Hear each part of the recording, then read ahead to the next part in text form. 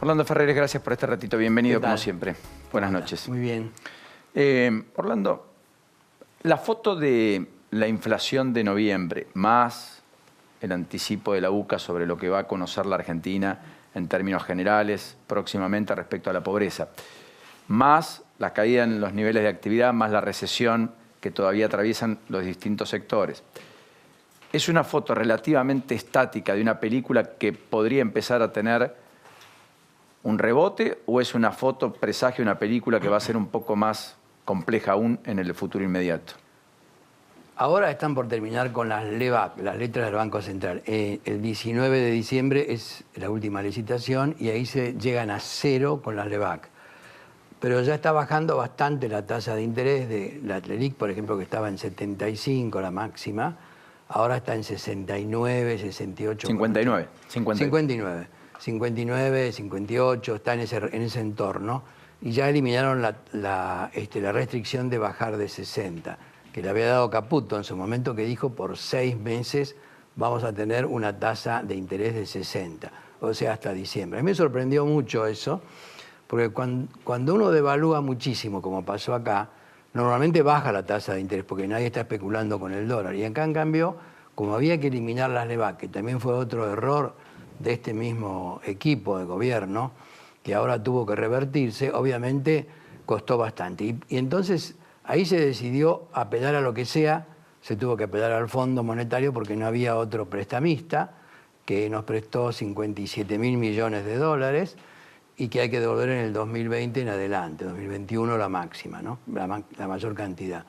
Y a su vez va a haber cero de base monetaria hasta junio o julio del año que viene y también va a haber cero en el déficit fiscal primario. Con los intereses no, porque eso va a tener que pagarse de alguna manera o conseguirse algo de préstamo. Está conseguido todo el dinero que hace falta del exterior, falta colocar en el mercado local, en LETES, en todas las letras del Tesoro. Y también las LELIQ que son solo para los bancos, no hay nadie que pueda comprar LELIQ. Pero cuando uno hace un depósito a plazo fijo, obviamente pagan 47, 48% anual y las LELIQ se cotizan a 59.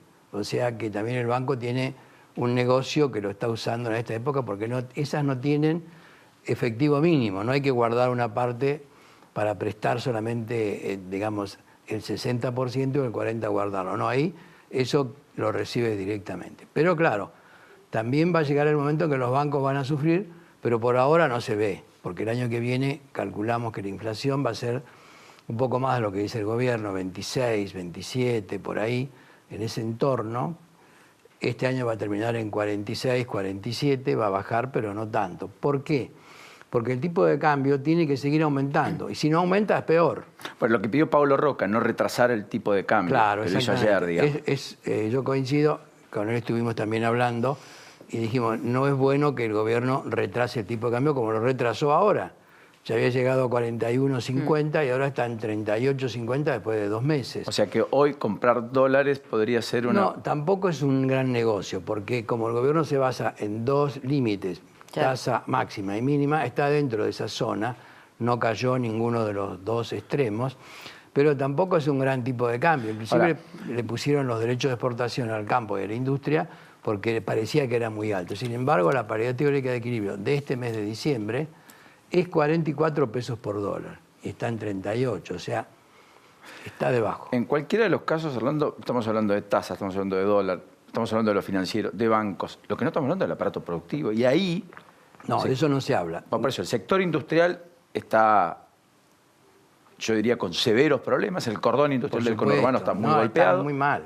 Bueno, por eso digo, el comercio minorista está muy mal. El consumo, independientemente de si había anabólicos, no lo sabía. Si era ficticio, no lo era. Para el que vendía, él vendía, ¿no? Y la plata aparecía. Entonces, y tampoco hay inversión privada que haya sido en aumento. No, con estos impuestos no va a haber mucha inversión. ¿Y entonces cómo hacemos? Porque tiene que pagar todos los impuestos. En Estados Unidos, Trump logró bajar de 35 a 21 el impuesto a las ganancias para la empresa. Es uno de los más bajos del mundo de países grandes, de países europeos seguro. Entonces, todo el mundo quiere invertir en Estados Unidos porque el mercado es mucho más seguro, no presenta inestabilidad del tipo de cambio porque no hay ni siquiera tipo de cambio. se puede ver la relación con el euro, que digamos está bastante bien. O sea, ¿quién va a querer pagar 30% de impuesto a las ganancias como se paga en la Argentina, más 5% de impuesto a los dividendos? O sea, 35% en definitiva.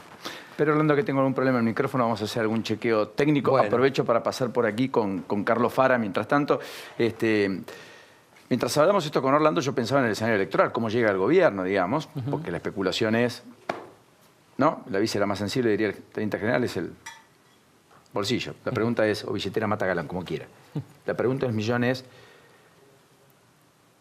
¿estamos en perspectiva de que el gobierno pueda afrontar una carrera electoral despojado de una economía que crezca, por ejemplo? ¿Podría ser la innovación política del 2019? Porque Macri cerró la reunión del gabinete ampliado en el CCK, volvió a emocionarse, dijo tenemos que consolidar el proyecto y pareció el lanzamiento a la reelección, digamos.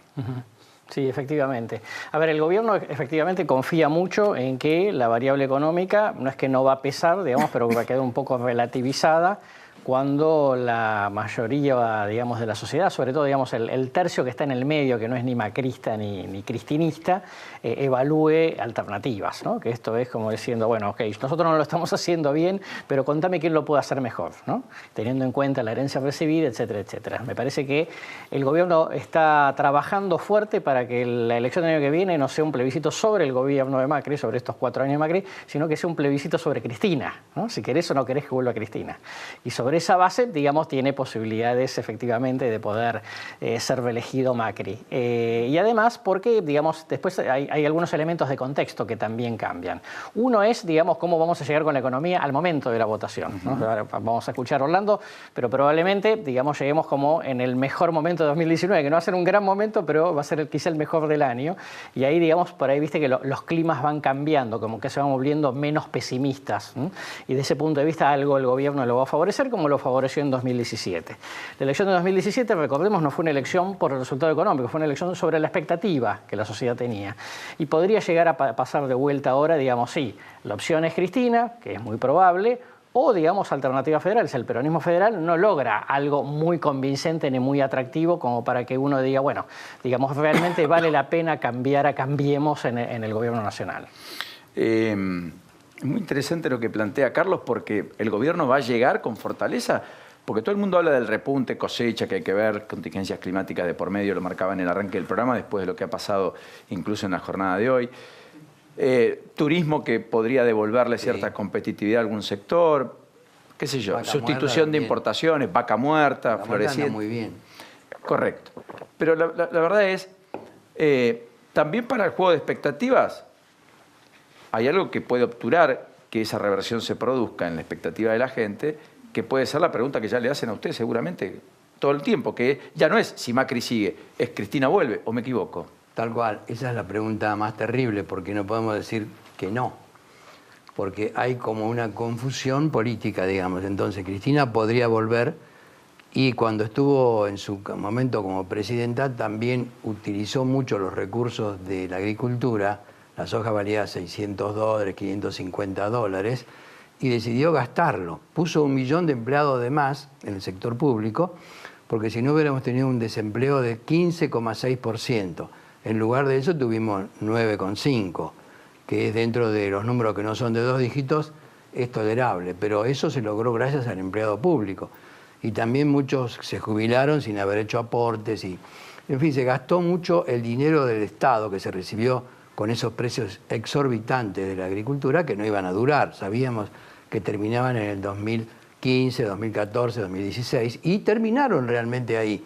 Pero no fue como en Chile, que hicieron una reserva con todo lo que fue la exportación de minerales. Y está como la de Holanda, como la de Suecia o como la de Noruega sobre todo, y contrataron al mismo especialista de Noruega para que le arme un fondo, y ahora viven de eso y están tranquilos. Tienen un mercado de capitales grande, además con la CFP, que Néstor lo expropió, inclusive con todo lo que eran las empresas que estaban financiadas por la AFJP, también pasaron a ser parte del Estado.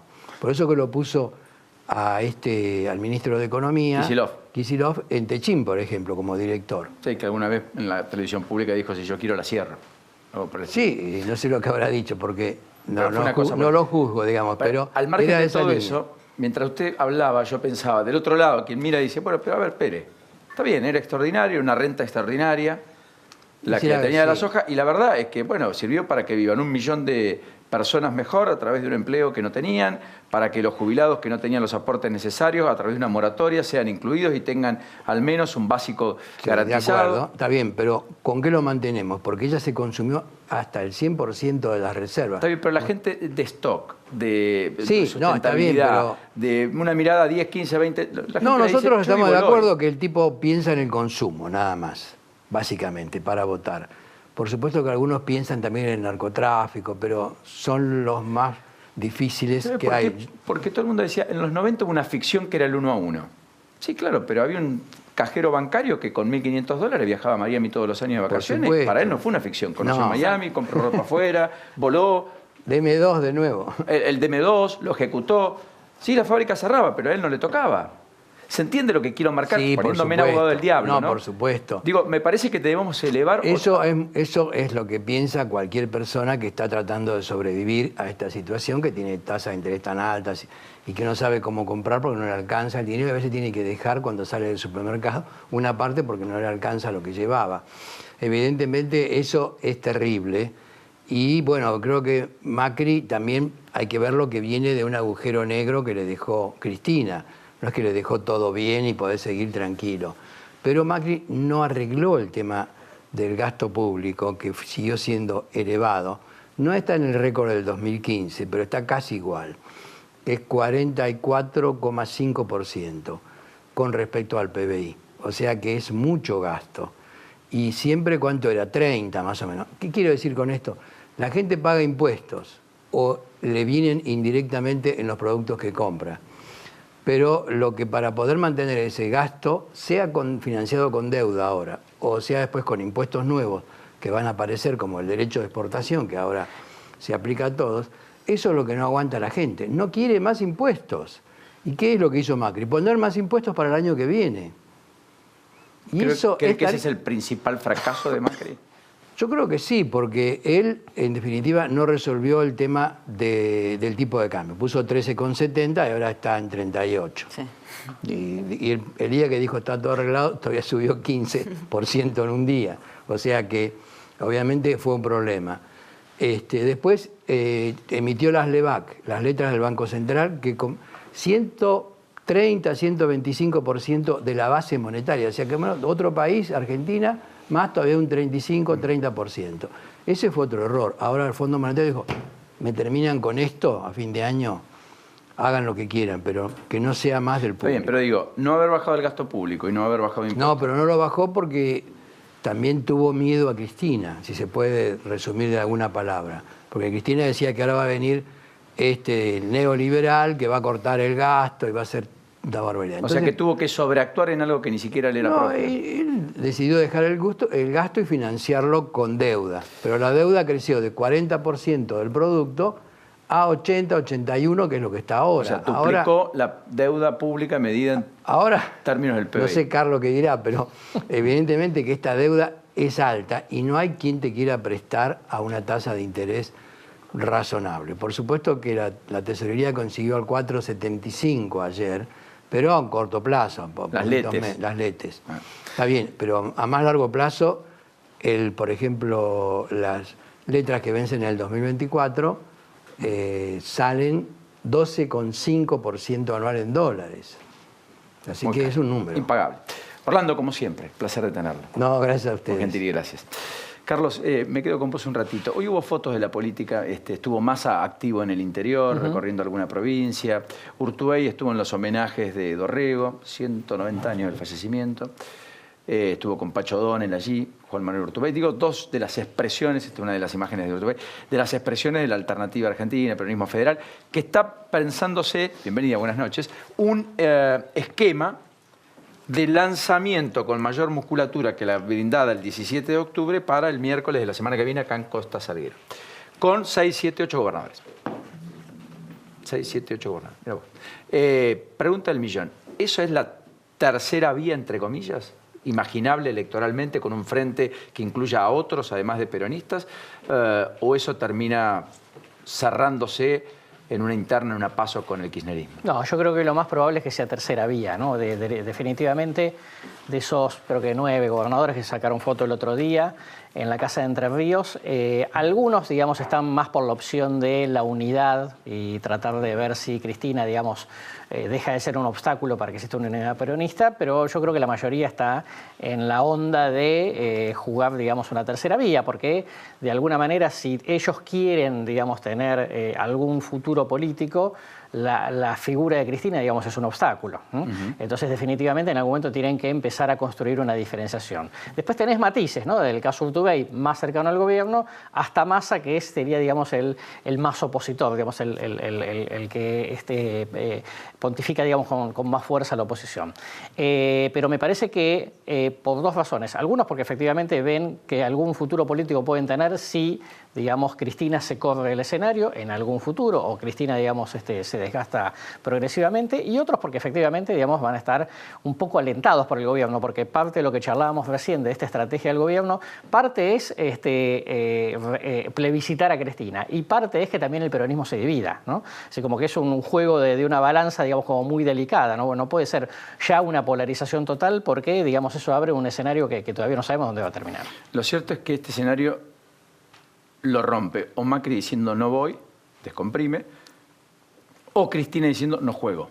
Y ahí se termina el uno y el otro, porque ambos explican por el otro, ¿o me equivoco? Sí, sobre todo porque... Si sale uno, el otro no queda en cancha. Claro, porque además, digamos, las alternativas de Cristina dentro de su espacio no son competitivas, digo, la figura de Rossi, la figura de Kicillof, o la propia figura de Scioli, la verdad, a esta altura del partido.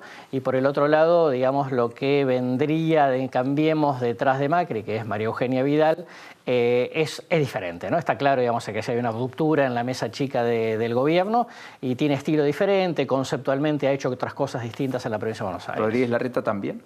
Rodríguez Larreta está... Bueno, no es una figura proyectable nacional. Es una figura proyectable, digamos, pero lo que pasa es que, bueno, está María Eugenia Vidal, ¿no? Con lo cual, digamos, ahí se le vuelve muy complejo. Pero, digamos, está en tándem con María Eugenia hoy, ¿no? ¿Y quién podría ser una alternativa en ese contexto en la provincia de Buenos Aires? Te Cambiemos. ¿Jorge Macri? Sí, podría ser. Yo veo más, digamos, quizá Carolina Stanley, ¿no?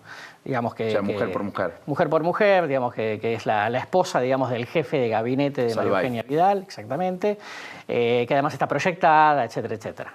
¿Y mide bien?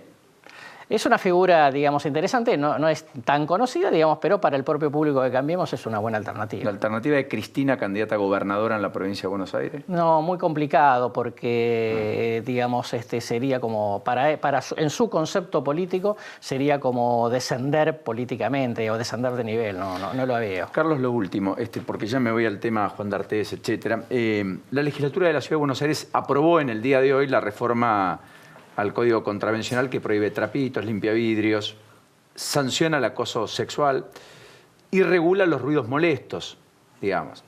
Y también, inclusive, crea figuras como el hostigamiento digital. Es irreversible lo que atravesamos, ¿verdad? Sí, absolutamente. Es una o sea, llegó para quedarse... Sí. Se irá acomodando con el paso del tiempo. En cualquiera de los casos no hay marcha atrás. No, totalmente. Es una tendencia cultural arrolladora de largo plazo. Por lo tanto, digamos, esto se va a convertir en una especie de denominador común de todas las fuerzas políticas. Por eso, si uno se pregunta si todo lo que está sucediendo en los últimos días va a ser materia electoral, yo diría probablemente sea una especie de, viremos más hacia un compromiso transversal donde todos sostengan una agenda de género y etcétera, etcétera, y ya, digamos, ninguno se saque ventaja electoral en función de ese tema, ¿no? Gracias. No, por favor, un placer. Enorme placer. Carlos Fara aquí con nosotros.